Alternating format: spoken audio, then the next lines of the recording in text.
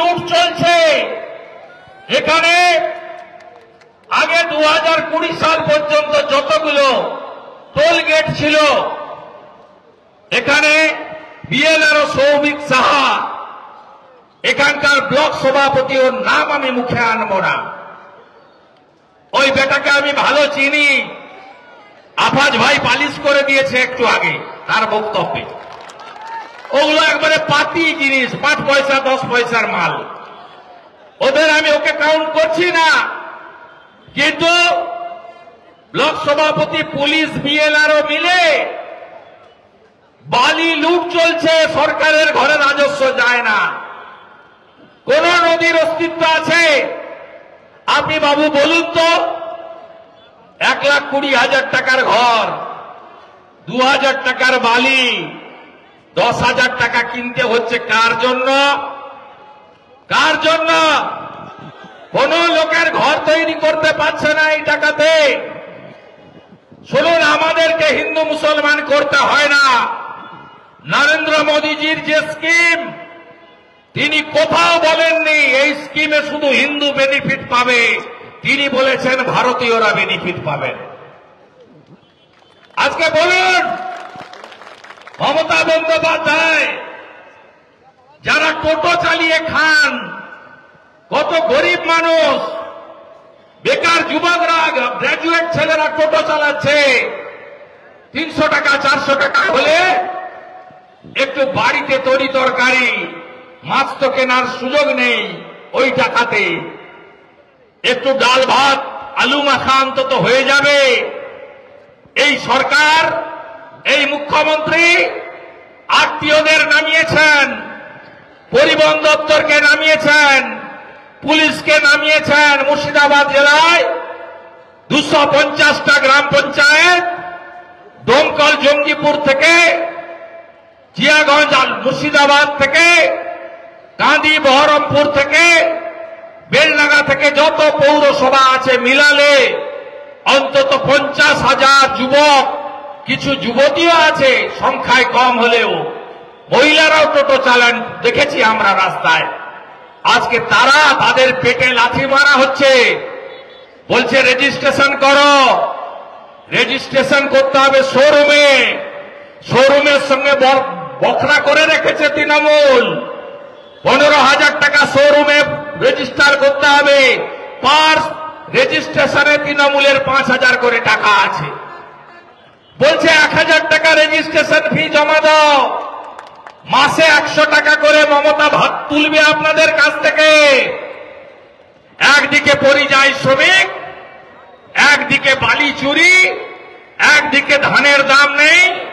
30 quintal মাথা পিছু ক্রয় করা হতো গত বছর পর্যন্ত। এবারে যাবেন কিষাণ মান্ডিতে, ধান তো উঠছে, ঝাড়াই বাছাই করে বস্তা করার পরে নিয়ে যখন যাবেন, বলবে এবারে মাননীয় মমতা ব্যানার্জির সরকার মা মাটি মানুষ নাকি বলেন 10 কুইন্টালের বেশি ধান এবারে সরকার কিনবে না। আর এই টোটাল লোকদের কাছ থেকে চাঁদা তোলা হবে।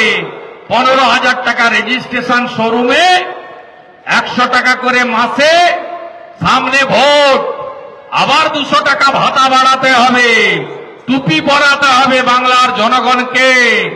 তাই টোটাল লোকেদের কাছ থেকে একসঙ্গে 1000 আর 600-1600 টাকা করে তুলবে। ভাবতে পারেন কত বড় অন্যায়। এর বিরুদ্ধে আপনারা গর্জে উঠবেন না? বিদ্যালয় ধ্বংস, কলেজ ফাঁকা, হসপিটালে কিচ্ছু নেই, শুধু রেফার করে। Barua hospital refer to Kandi, Kandi hospital refer to Baharampur, Baharampur refer to Kolkata. স্বাস্থ্যসাথীর ভুয়া কার্ড চলে, হ্যাঁ কি না বলুন? কোন নার্সিং হোম কার্ড নেয় না। যান বহরমপুরে বড় লোকের নার্সিং হোমে, বলবে ক্যাশ না কার্ড। আপনি বলবেন গরিব লোক, আমার কার্ড আছে, বলে বাবু বেড নাই, পরে আসুন। আপনি যদি ঘুরে এসে বলেন আমি ক্যাশেই করব, বলবে doctor ready, ICU ready, bed ready, ওটি রেডি। কেন পশ্চিমবঙ্গে আয়ুষ্মান ভারত চলবে না? উত্তর দিন আপনি। আপনি যখন দুরারোগ্য ব্যাধি নিয়ে মুম্বাইতে টাটা ক্যান্সার হসপিটালে যান, পশ্চিমবঙ্গের স্বাস্থ্যসাথী কার্ড চলে না, বলে আয়ুষ্মান আছে, আপনি বলেন না বাবু নেই, টাকা দিয়ে করতে হবে। সিএমসি ভেলোর, মণিপাল ব্যাঙ্গালোর, ডাক্তার রেড্ডি হায়দ্রাবাদ, যেখানেই যাবেন আয়ুষ্মান চলে। নরেন্দ্র মোদীজির আয়ুষ্মান ভারত, এখন অব্দি 5 কোটি লোক 5 লক্ষ টাকা পর্যন্ত চিকিৎসা ফ্রি পেয়েছেন। আবার শুনে রাখুন, এই 5 কোটির মধ্যে হিন্দু আছে, মুসলমানও আছে, শিখও আছে, খ্রিস্টানও আছে, জৈনও আছে, বুদ্ধিস্ট আছে। আর ভোট এলেই বলবে বিজেপি হিন্দুদের পার্টি। আরে হ্যাঁ, আমরা জয় শ্রীরাম বলি, আপনি বলবেন না? কে বলেছে বলতে আপনাকে? কেউ চাপিয়ে দেয়নি, এখানে তো মৌলানারা আছেন বসে। কেউ চাপিয়ে দিয়েছে? আপাত ভাইকে বলা হয়েছে জয়েনিং এর সময় যে তোমাকে এগুলো করতে হবে? হ্যাঁ, আমি মাথায় টিকা পরবো, আমি হিন্দু, আপনি পরবেন না। আমি জয় শ্রীরাম বলবো, আপনি বলবেন না। ভারত মাতা কি জয় তো সবাই বলতে পারি, বন্দে মাতরম তো সবাই বলতে পারি, জয় হিন্দ তো সবাই বলতে পারি। কিন্তু আজকে সরকার, আমি হিসাব দিয়ে যাই আপনাদের, মুর্শিদাবাদের হিসাবটা পরের মিটিংয়ে দেব। আমি আপনাকে বলে গেলাম 22টা সিটে তৃণমূলকে আমি এখানে এনেছিলাম, 26-এ শূন্য করব। গোল্লা নিয়ে বাড়ি যাবে মমতা ব্যানার্জি। সাগরদিঘি উপনির্বাচন হচ্ছে, দিলীপ শাহ প্রার্থী ছিলেন, আছেন মঞ্চে। গণনার আগের দিন কলকাতায় আমাকে সাংবাদিকরা বলছে কালকে কি হবে। আমি বললাম আমি গণৎকার নই, বলে গেলাম কে জিতবে জানি না, কিন্তু তৃণমূল জিতবে না সাগরদিঘিতে। বাইরন শেষ হয়ে গেছে, ছেড়ে দেন, জামানত চলে যাবে বাইরনের। পাল্টি খেয়েছে, মুকুল রায়ের মতো দশা হবে, ওগুলো নিয়ে ভাববেন না, ওটা ছেড়ে দেন আমাদের উপরে। কংগ্রেস লড়তে জানে না, লড়তে জানে বিজেপি। যদি তৃণমূলকে সরাতে হয়, চুরি দুর্নীতি বন্ধ করতে হয়, পুলিশি রাজ খতম করতে হয়, থানাগুলো পার্টি অফিস, সিভিক ভলেন্টিয়াররা সব পার্টির ক্যাডার হিসেবে ব্যবহার করে, ভিলেজ পুলিশকে ব্যবহার করা হয় তোলার কাজে।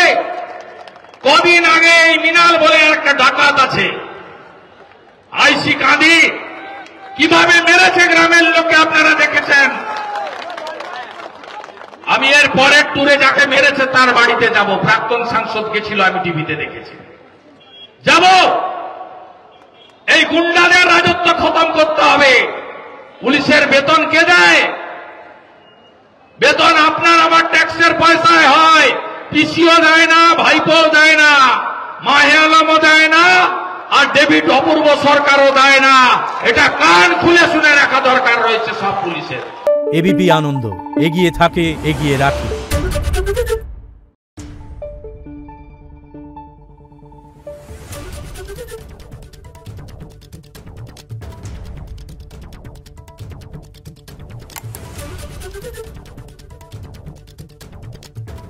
Thank you.